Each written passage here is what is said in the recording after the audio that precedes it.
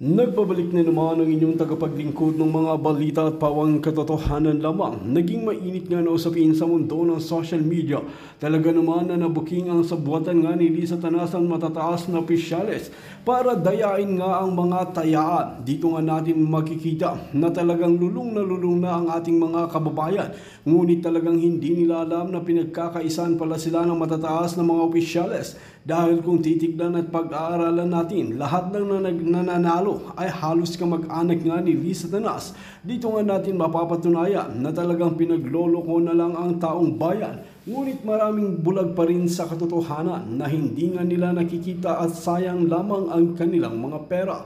Ngayon nga ay talagang iniimbestigahan na ito at talagang hinihikayat ang ating mga kababayan na itigil na. Ngunit ang nakapagtataka dito, pati nga itong si Tulfo na ito ay kasama na rin sa matataas na opisyales dahil talagang pinapatigil nga ang investigasyon para rito. Dito natin mapapansin na dating pinagkakatiwalaan na si Tulfo na ito ay naging hindi na rin magandang ehemplo para sa kabataan. Ngayon nga ay talagang pera-pera na lang ba talaga ang labanan sa bansang Pilipinas? Ito nga ang nagkakalungkot na katotohanan na nangyayari sa bansa natin sa pamumuno nga ni Kuting ng Norte.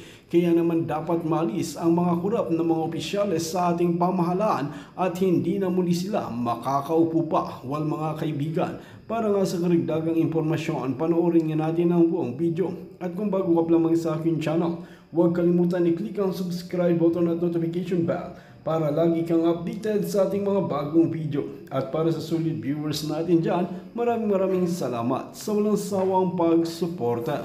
Tigilan si Tulfo kasi nakarating sa atin na inaareglo siya ni Lisa Ahas Araneta Marcos at ni Mel Robles. Okay? Inaareglo siya. And even si Coco Pimentel, ayon sa ating puting ahas, kaya dapat sumagot, ay inareglo din ni Lisa at ni Mel Robles. Kaya kung natatandaan ninyo, isa si Pimentel na nagtanong din dito sa 433 winners noong October of 2022. Kung naalala ninyo, di ba? Nagbidabidahan din dyan si Coco Pimentel. So ano ang nangyari? Walang nangyari, walang kasunod na hearing, hindi natin alam kung ano na nangyari hanggang sa dumating na nga itong edited pictures na ito, mga kababayan, at ang mga taong bayan ay talagang nabulabog. Nagalit kayo. At hanggang ngayon, si Kuting, walang pronouncement o ayaw niyang tanggalin o ligwakin itong si Mel Robles. Hindi na talaga liligwakin yan. Okay? Hindi niya liligwakin dahil what? Dahil magkasabwat sila at ang kanyang asawa. Okay? Ngayon, mga kababayan, gusto nyo ba ng ebidensya? Gusto nyo ba ng video? Kailangan malaman ng taong bayan na kahapon dyan, di ba nag-birthday si Robles? Pinakita ko sa inyo, si Mel Robles sa Malacanang. Another form of corruption, abuse of power, dahil yung kanyang 60th birthday ay idinaos dyan sa Malacanang, sa Goldenberg Mansion. Kaya nga yan ang inuna ni Lisa para pagandahin yan para sa kanilang mga pulboronic party. Okay? Mababa na ang 100 million na areglo dyan kung totoo. Well, ang nakarating sa atin, in the past daw, ayon sa ating puting ahas, sa kay Coco Pimentel, ay 400 million. Kaya dapat sagutin niya ito. Diba? Ayon sa ating puting ahas. Kaya naman pala, nung nanonood tayo ng hearing, parang more on grandstanding lang ang mga eksena. Okay? Wala ni isa doon na talagang parang mararamdaman mong mahal nila ang Pilipino, mahal nila ang bayan. Kasi, Nelson de los Reyes, thank you palangga, nag-pop up ka sa Maharlika Network. Alright? So ngayon mga kababayan, tingnan natin yung video ha.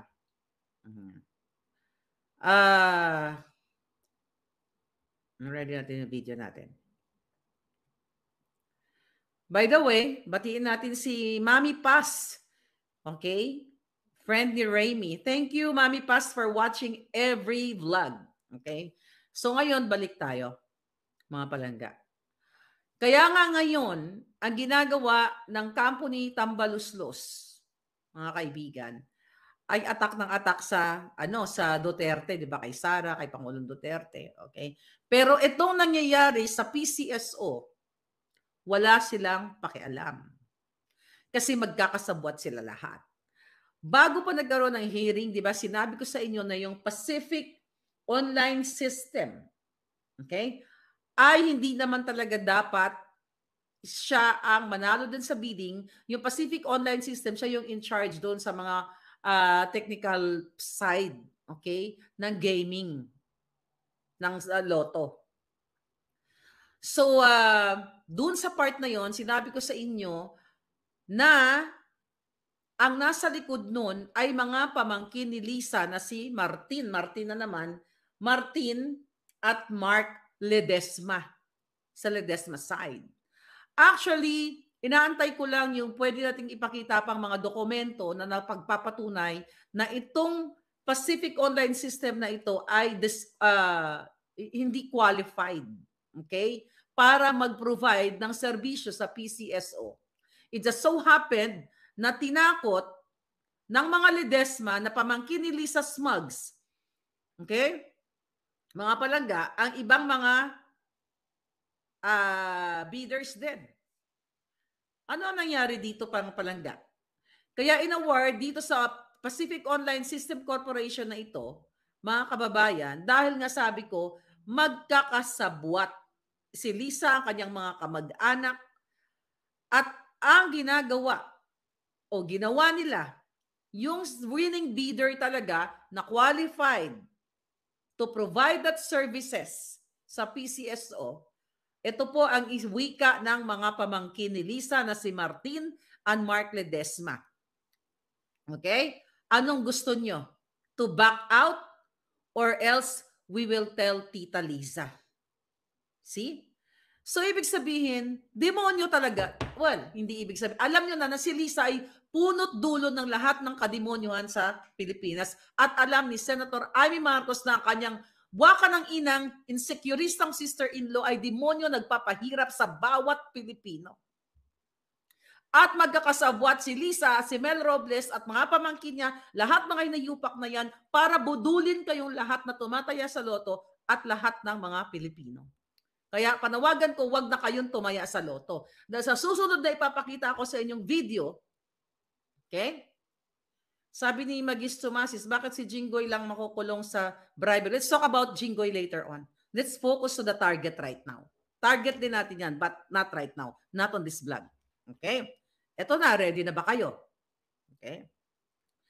Mga kababayan, sa kabila ng kahayupan ni Lisa, ni Marcos Jr., na abusuhin ang propriedad o property ng Malacanang, ng taong bayan, ang pera ng taong bayan, lahat ng resources, logistics and everything ng Malacanang para idaos ang birthday ni Mel Robles ng PCSO na nakita ninyo naman na nagsinungaling at nag-edit ng mga pictures doon sa mga nanalo sa loto na kaduda-duda at talaga namang malinaw pa sa sikat ng araw. Ito pong papakita kong video sa inyo ay greetings o pagbati ni Lisa Ahas Marcos sa kanyang partner sa pagkasindikato na si Robles. Ngayon, buksan nyo ang inyong, you ready your brain cells. Okay? Namnamin ninyo itong video na ito. Hindi pa ito lumalabas. Only here. Pero ito ay pinlay. Wala pang nakarating pa. I don't know kung pinlay ito sa kanyang birthday. Ito pong video na ito ay para kay Robles. Personal, pero dahil ang puting ahas natin ay pagala-gala, ito na siya.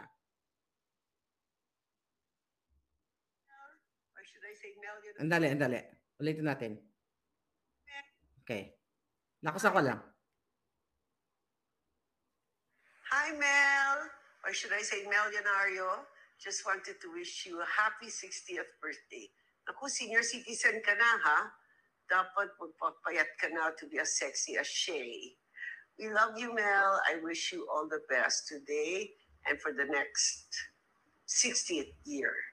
Big hug. Happy birthday. Thank you for everything you've done for me, my family, for my husband. Sama-sama tayo, babago muli para maging milyonaryo. Narinig yung putang ina?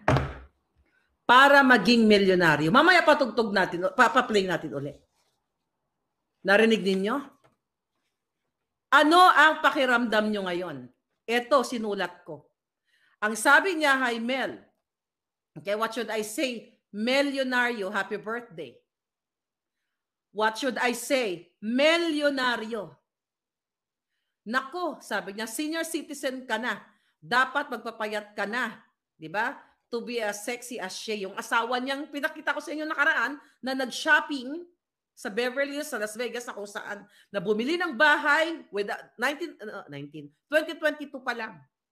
Okay? Sabi niya, we love you, Mel. I wish you all the best today and for the next 60th year.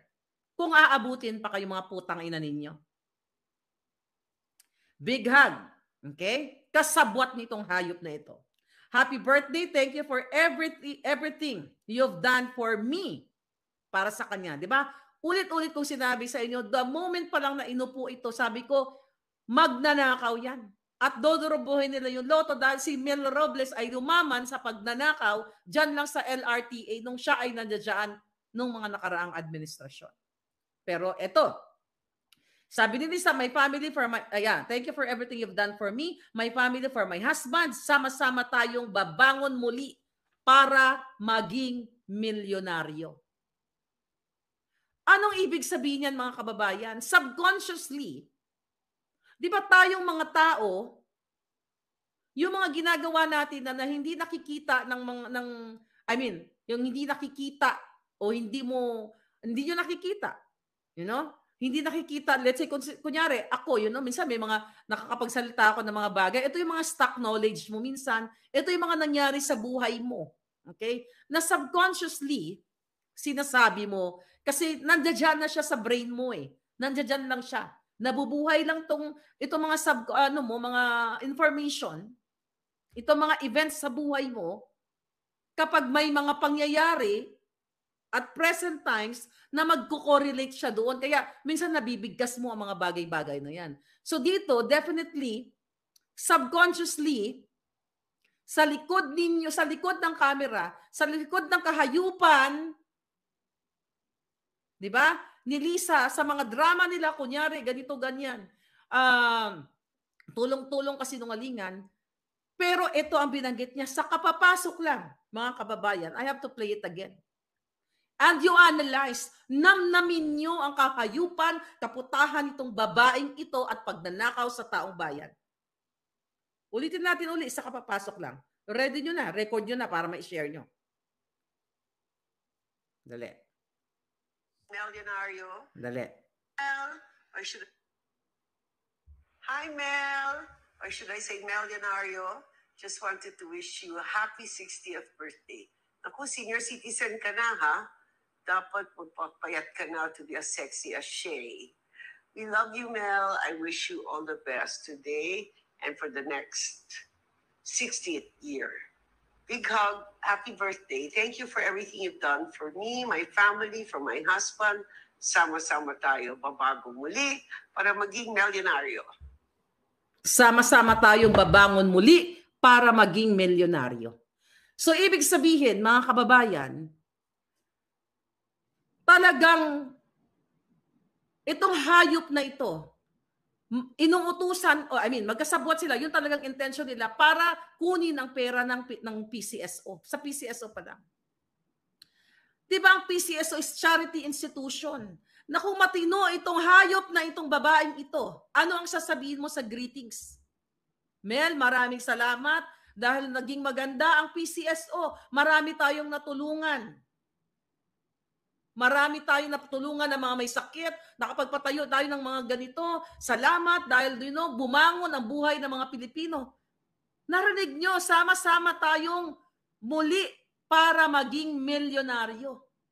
It's not sama-sama tayong muli para ang mga kaibigan natin, mga taong bayan, ay magiging maganda ang buhay. No, it's not fucking figure of speech. So stop that figure of speech. You know? Huwag niyong ipagtanggol. Huwag niyong ipagtanggol ito dahil tignan niyo ang executive session. Ano nangyari? Wala, tahimik. Sabi nga ni Atty. Glanchong, as a lawyer at dating congressman, dapat yung executive session na yun, di ba, for a while, tumigil sila, then babalik sila sa session, tapusin kung ano yung pinag-usapan nila, kung merong, mayroong hindi dapat, may security issue yung mga nabanggit na tao, which is wala naman dapat i-secure doon sa mga taong pinanalo ni Robles. At nakarating nga sa atin na kinakausap ni Lisa ang grupo ni Tulfo at ni Robles para hindi sabihin sa inyo, sa taong bayan, kung sino talaga ang mga nanalo. Nakita nyo na? Sama-sama tayong maging milyonaryo. Sila ang magiging milyonaryo dahil sabi ko nga kung gagawin lang ng Kongreso, ng Senado ang jutang ginimes na trabaho nila, huli na kaagad. Saan binili ang ticket? Anong oras? Saang store? Paano ba? Kinuha ba ang pera? Diniposito ba? Sino ito mga tarpulanong ito? Ano, Pilipino? Tatanga na lang tayo? Kayo, men in uniform na sumumpa, na binababoy kayo nito ni Lisa, tatanga na lang kayo? Lahat kayo, sinong pinapayaman ng mga hayop na to?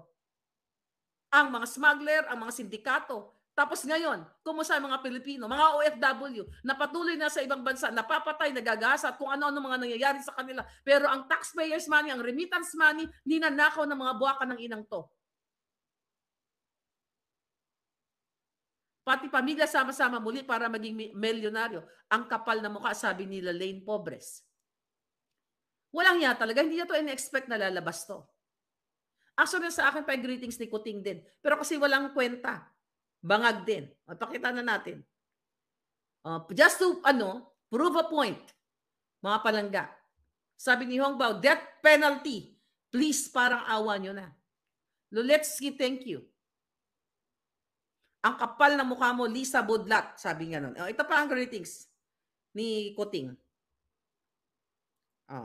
Si Kuting nag-plastic-plastic.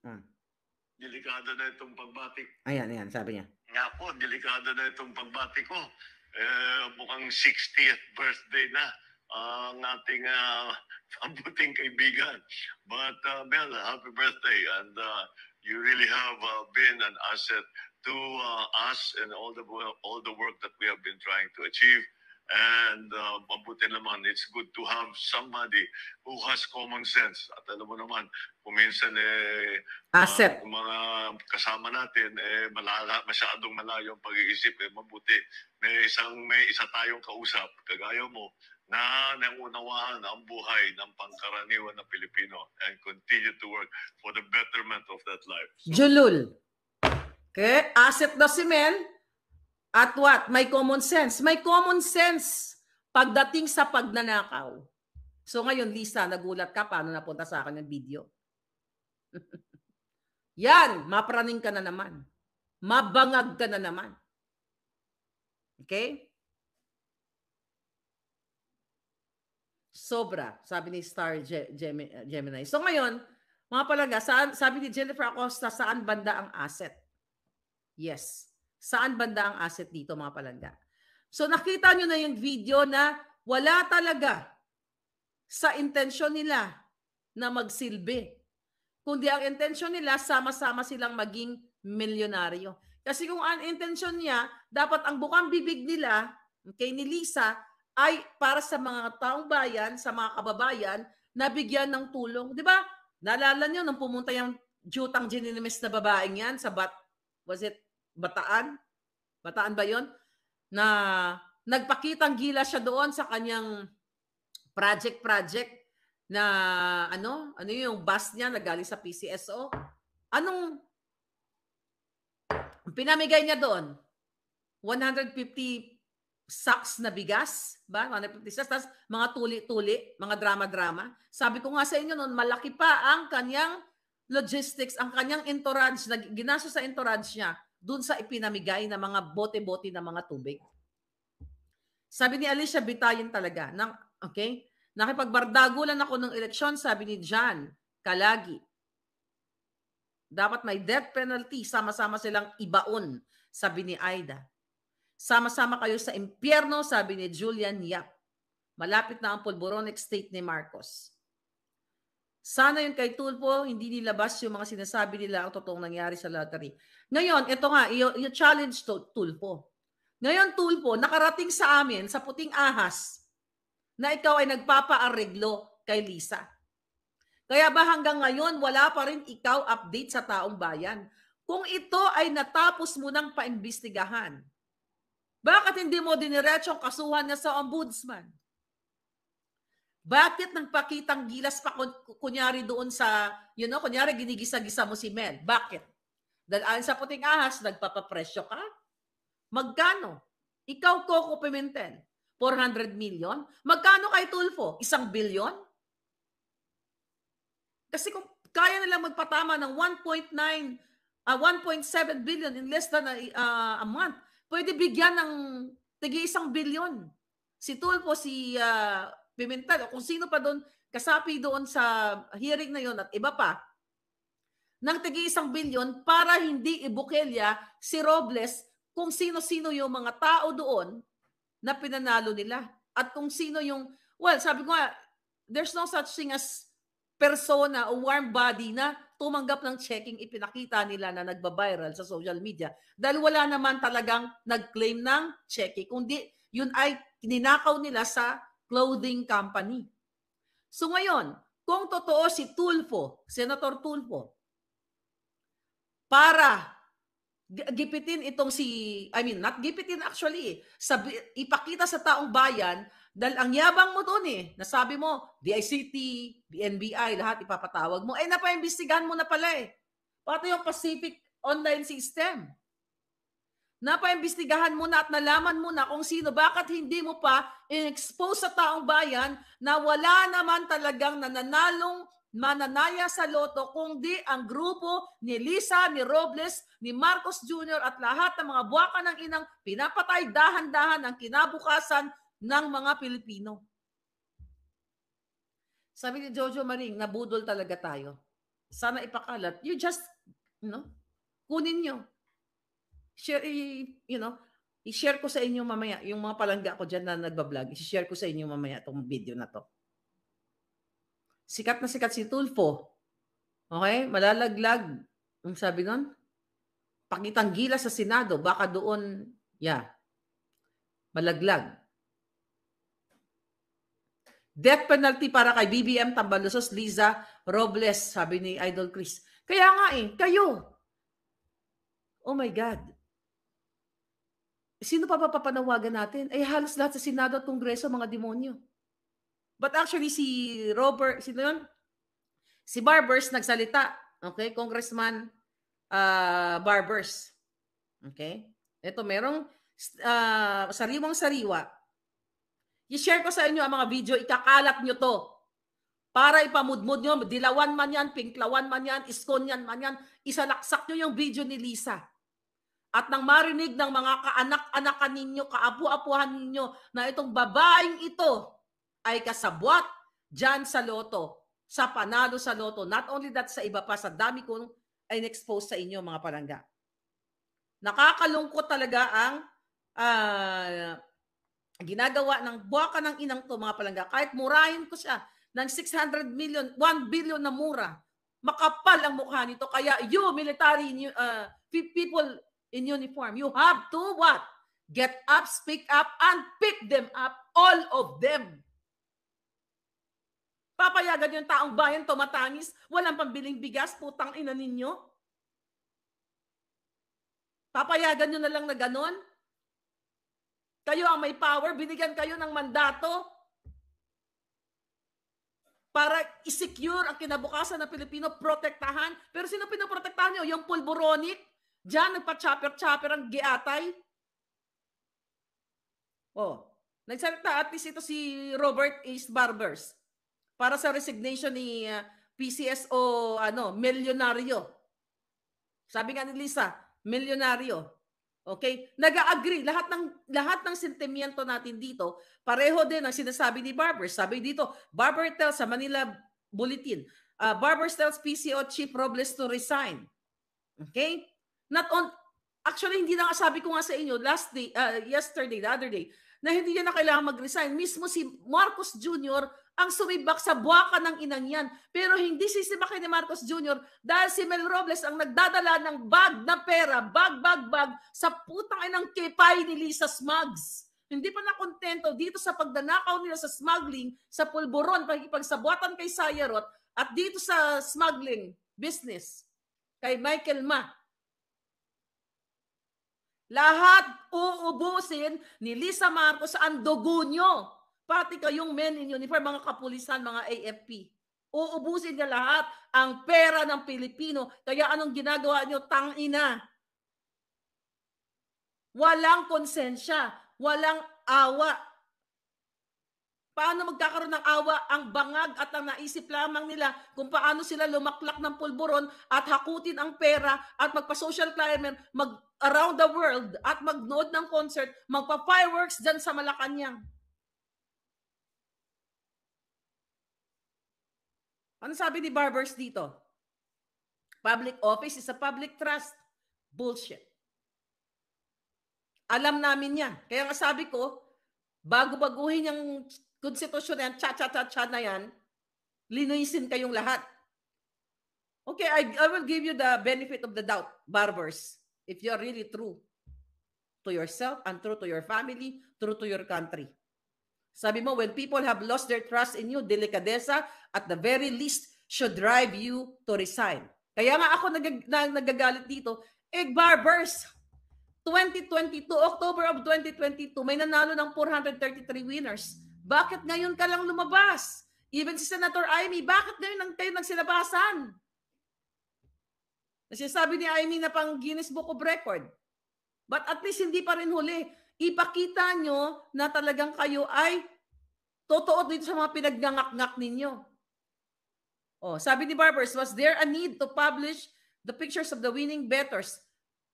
While there was none, PCSO Robles probably wanted to allay alleged rumors that some draws were not actually won and that published winners were fictitious or staged, that he had enlisted the help of AI technology.